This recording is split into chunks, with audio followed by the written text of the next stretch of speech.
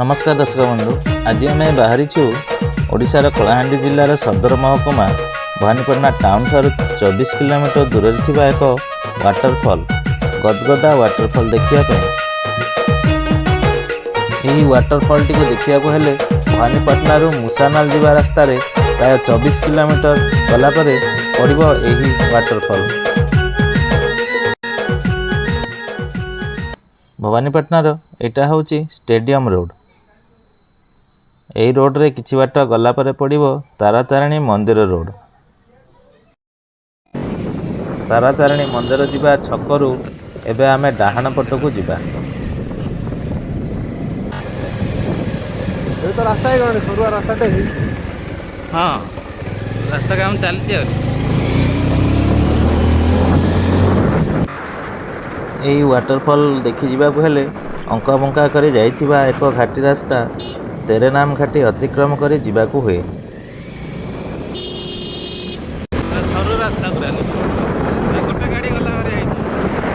देखंतु ये जो स्टार्ट हैला तेरेनाम घाटी ये वाटरफॉल टी को देखिबाकू हेले ये घाटी दे जिबाकू पड़िबो। ये घाटी रास्ता रे गला बेले आपण घंच जंगल एवं प्राकृतिक परिवेश उपभोग करि परिबे।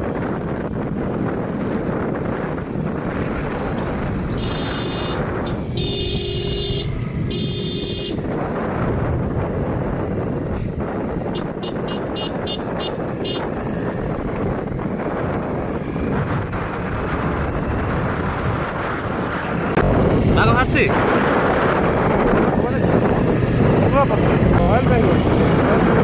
ନାଇଁ କଥା ମତେ ହେଟା ବାକ ବାହାରୁଛି ଏଇ ଗାଁ ଗୋଟେ ପଡ଼ିଲା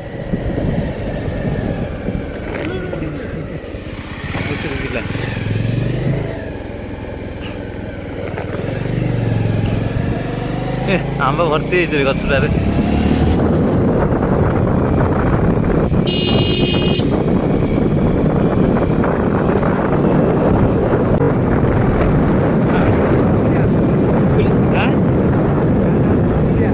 सुलियार गाँ एति घर अच्छे बढ़िया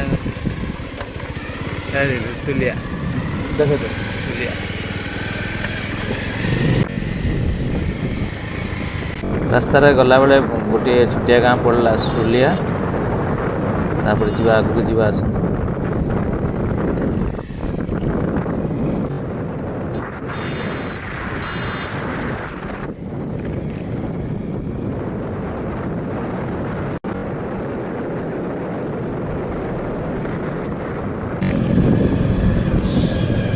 विकास नगर जंगल भीतर गाँ मान अच्छे छोट छोट गाँ मान आंब आंब कहाँ गाँ माँ कक्सी कक्सी के आ गोटे छोट गाँ कक्सी बोली बाटर पड़ला। यही गदगदा झरणाटी सबुज पहाड़ और घंच जंगल द्वारा घेरी रही। देखो रास्तार दुई पटे पूरा घंच जंगल।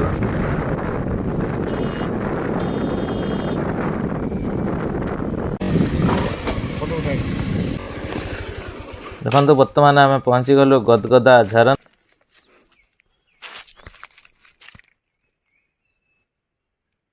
स्वागतम गदगदा।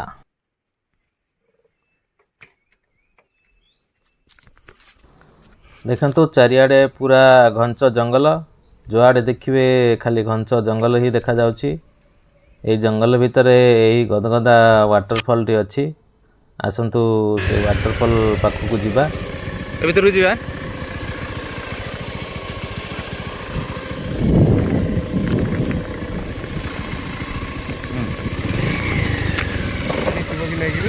हाँ चलो देखिए खरा दिन पानी अच्छी ना नहीं। बर्तमान खरा दिन मे मास चली तो आम देखा ये झरणार केते पानी अच्छी आउ यार व्यू किपरि देखा जाउछि।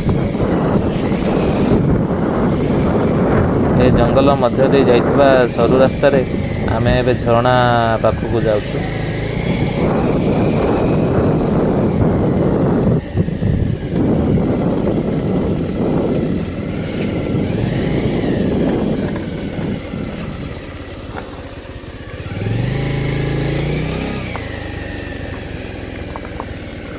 ଏଇଠୁ ଚାଲିକି ଯିବା ନାଇଁ କି?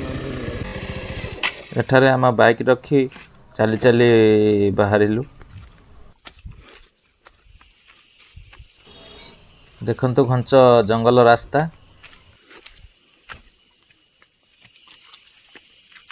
कौन साउंड करछि साउंड कौन होछि एरा हां एरा से पोको नै जो दिन जोर खराब होई पोको बोबाई हां हां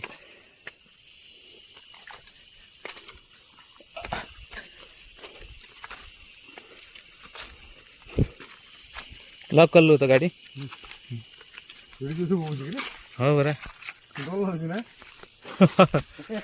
से ଆମେ ଏବେ ଜଙ୍ଗଲ ରାସ୍ତା ଦେଇ ଝରଣା ପାଖକୁ ଯାଉଛୁ।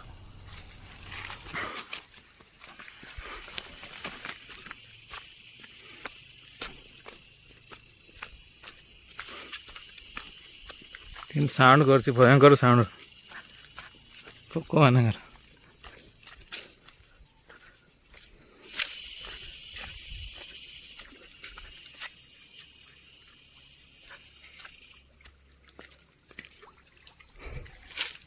ढेंग केते डेउछन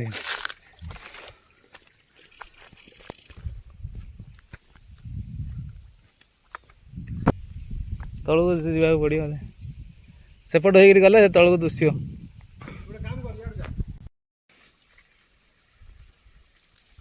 ଦେଖନ୍ତୁ ଏଇଟା ହେଉଛି ଗଦଗଦା ୱାଟରଫଲ୍।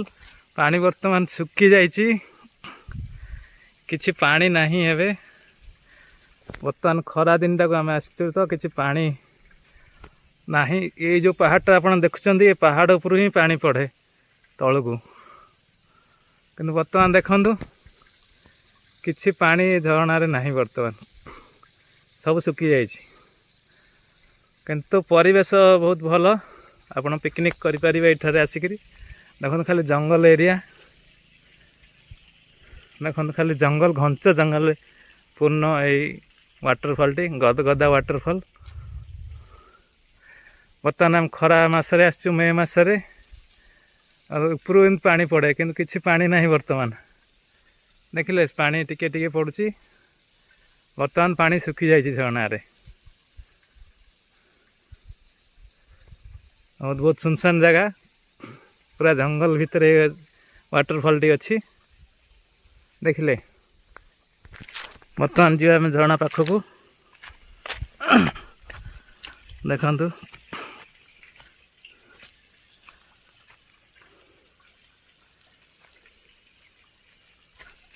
ଦେଖନ୍ତୁ ଏବେ ଆସିଲେ ଆମେ, ପାଣି ବହୁତ ଟିକେ ଟିକେ ପଡ଼ୁଛି। ବହୁତ ପାଣି ଧୀରେ ଧୀରେ ପଡ଼ୁଛି। ଏଇଟା ହେଉଛି ଗଦଗଦା ୱାଟରଫଲ୍। ପାଣି ବର୍ତ୍ତମାନ ଶୁଖି ଯାଇଛି ଖରା ଦିନକୁ ଏଇଟା, ଆଉ ପାଣି ବହୁତ ସ୍ଲୋରେ ପଡ଼ୁଛି।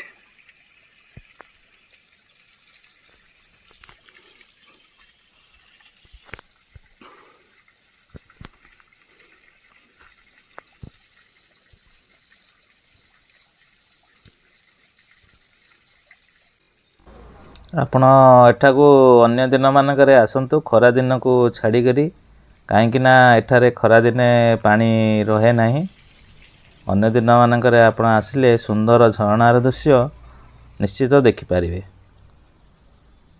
ଦର୍ଶକ ବନ୍ଧୁ, ଏହି ଭିଡ଼ିଓଟି ଆପଣଙ୍କୁ କିପରି ଲାଗିଲା କମେଣ୍ଟରେ ନିଶ୍ଚୟ ଜଣାଇବେ।